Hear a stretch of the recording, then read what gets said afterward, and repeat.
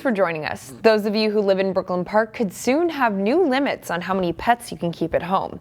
A proposed rule change comes after people bought more dogs than they could handle during the pandemic. Everybody seemed to get dogs, so the animal complaints just seemed to go through the roof. And quite honestly, our community's capacity to care for them animals deteriorated. The Brooklyn Park City Council has approved the first reading of an ordinance enacting new pet limits. It would limit the number of dogs and cats per property at 3. Officials say it's an attempt to crack down on backyard breeding and reduce the number of strays. The city began considering the policy after several serious dog attacks last year. A bill to pause the Blue Line extension project has now been put on pause itself. Representative Kristen Robbins of Maple Grove is the bill's chief author. Her bill would have paused Blue Line work from Minneapolis to Brooklyn Park until the Southwest line is completed, which is expected to happen 2 years from now. Representative Robbins argued that bus rapid transit would be a more cost-effective alternative. Representative Mike Freiberg of Golden Valley says light rail has been studied extensively for this corridor, and delaying it would only increase costs. We need bus rapid transit in this corridor because it's more flexible. It will meet the needs of the community as development changes, as commuting patterns change, as opportunities change around the metro. House File 14 would not return any substantial amount of funding to state coffers, but it would artificially inflate costs borne by the taxpayers of Hennepin County by approximately $200 million. In other words, all this bill does is burn millions of dollars in an attempt to make a political point about fiscal responsibility. 68 votes are needed for a bill to pass off of the House floor. However, the Blue Line bill could only muster 67 votes. This past week, American dreams came true in Brooklyn Center for some local families. 1,000 people became naturalized American citizens at the Heritage Center in Brooklyn Center. I got to watch it happen. A long line through the Heritage Center Monday morning was just a small part of these people's paths to citizenship. Cyrus Way's been working at that for 5 years. That has been my wish and that's been my dream. All rise. Way is one of 38 Liberians becoming American citizens. He says he's excited for the chance to vote. That is the will of God.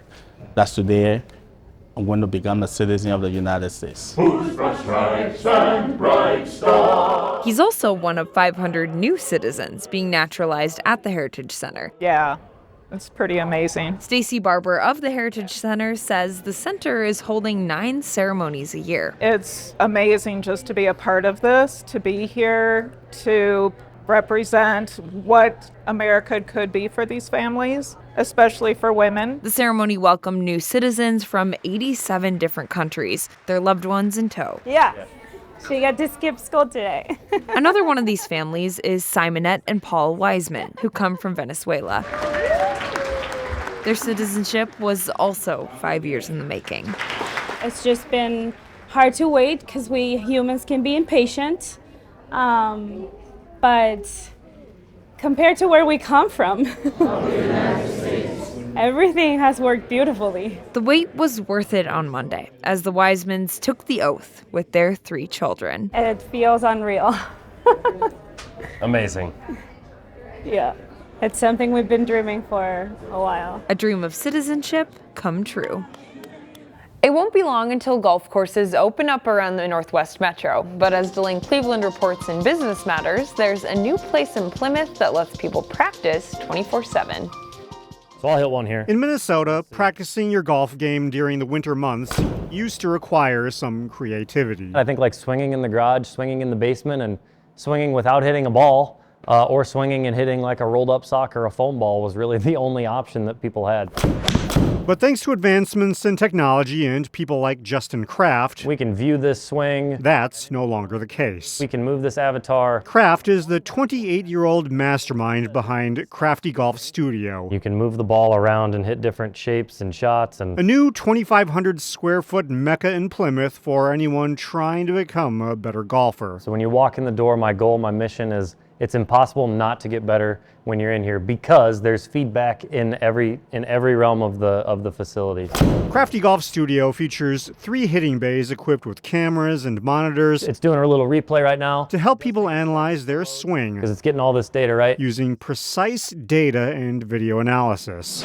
Kraft works full-time as a golf instructor, but opening this studio was another way he could offer assistance to folks who love golf. It feels like the one sport where you could sit there and even if you try harder, it doesn't necessarily mean you're going to get better, right? So I'm trying to bridge that gap a little bit and just make it easier for people to get better. The Minnesota Golf Association says that golf has an economic impact in the state of more than $3 billion, meaning that there's a strong demand for public and private courses and places like this. I mean, I think golf is huge and it's growing since the pandemic. I mean, it was the sport you could play outside and, you know, there's no like physical demands. Like anyone can play it, any height, weight, strength, like whatever, you can play golf. So I think that's the beautiful thing. And that kind of helps you search for a feature. The one thing about golf is that perfection can never be attained. But the technology here at Kraftygolf Studio will give people the tools they need to get on par with where they want to be. The reason we built the whole place was because we wanted to see golfers improve.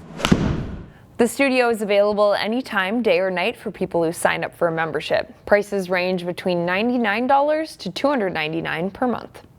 CCX Media, your source for great local programming, is available on Amazon Fire TV, Apple TV, and Roku. Our free app allows you to stream all 3 of our channels live. You also have access to a large on-demand library, including full sporting events and daily newscasts. To find us, go to the store, search CCX, and download our free app. Then sit back and enjoy all of your favorite local content. The CCX Media app, available on Amazon Fire TV, Apple TV, and Roku.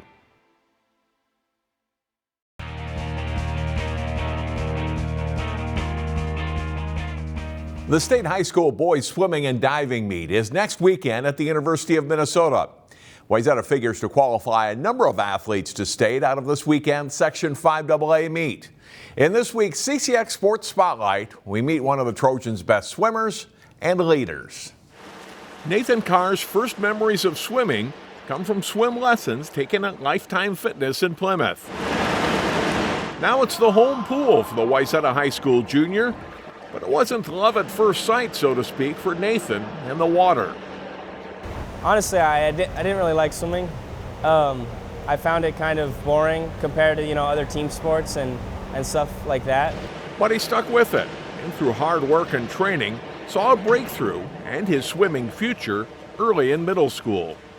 I made my first zone team when I was 13, and then at that point, just seeing what I could accomplish in the sport was really this is what I can do and I enjoy this.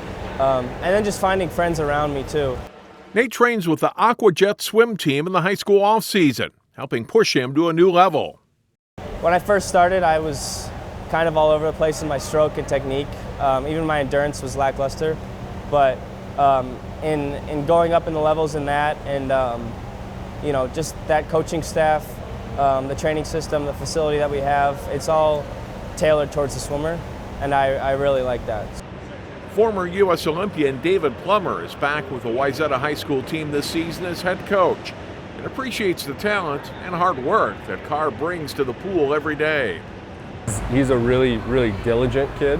He's really thoughtful in the way that he goes about his work, so he's not just working hard, but he's working on the right things at the right time. He's a great listener. He asks a lot of questions. Been a really good captain for us this year. He's a real pleasure to have on the team for sure. As much as Nate loves his club team, he says there is something special about swimming for your high school. The high school swim experience is more of a team sport, I'd say, and that's what I really enjoy about this this sport, because I think it's totally different than club swimming as far as atmosphere and culture. But yeah, I've loved this team. I really enjoy just what we've kind of been able to create from last season and get a lot better. As a sophomore, Nate finished second in the state in the 100-yard butterfly and third in the 100 backstroke. The Trojans are the overwhelming favorite to win this weekend's Section 5AA meet. Carr set a section record with his swim in the butterfly a year ago. He knows the competition, both for himself and the Trojans team at next week's state meet, will be fierce. I think we have the talent to place really well. But, you know, being realistic, I think top 3. Edina and Minnetonka are looking pretty strong, as, you know, and anything can happen as well.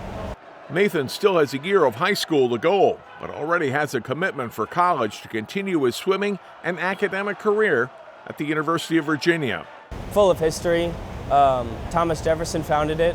All the architecture is amazing. Just the coaching staff as well, and all the guys and the gals that I got to meet. And their men's team is growing exponentially as well with the good recruiting class last year. So that definitely, you know, went into my decision. He's going to fit in with Virginia really well. They've been doing some amazing stuff over the past few years. I know it'll be a great fit for him for sure. The high school season nearing an end, Nate is excited for the final meets with his Wayzata teammates. We're kind of finding our way as far as team culture, but I think we've really kind of dialed that in at the end of the year. And we're hoping to extend that throughout the championship meets. For the CCX Sports Spotlight, I'm John Jacobson. Find more prep sports games and highlights at ccxmedia.org and follow us on social media.